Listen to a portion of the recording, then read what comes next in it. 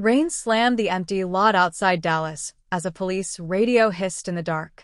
Officer Cole Turner slid through the mud toward the faint sound of a dog whimpering. Then he saw it, a cop on the ground, barely breathing, his K9 curled against him. And in the shadows, two detectives watching like they were waiting for him to make one wrong move. Cole whispered, "Stay with me," even though his own hands were shaking. He'd seen scenes like this overseas. Chaos, wrong place, wrong time, but this one felt colder.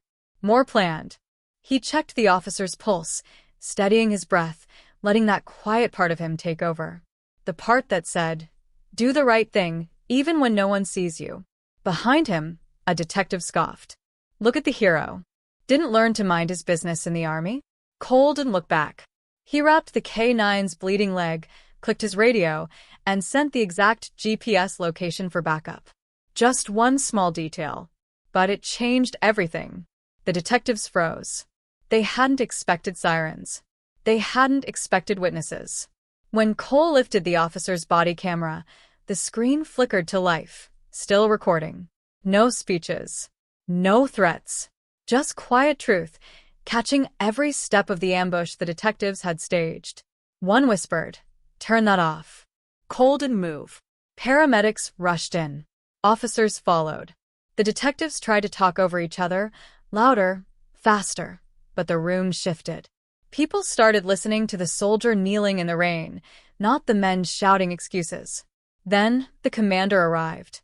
He stared at Cole in shock. "Turner, you wrote the integrity policy we adopted last month."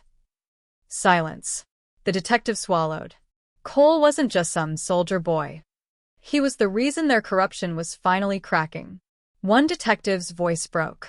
The other just stared at the ground as everything they built collapsed without a single scream. The truth didn't need to shout. It just stood there in the rain. Cole handed the body cam to the commander.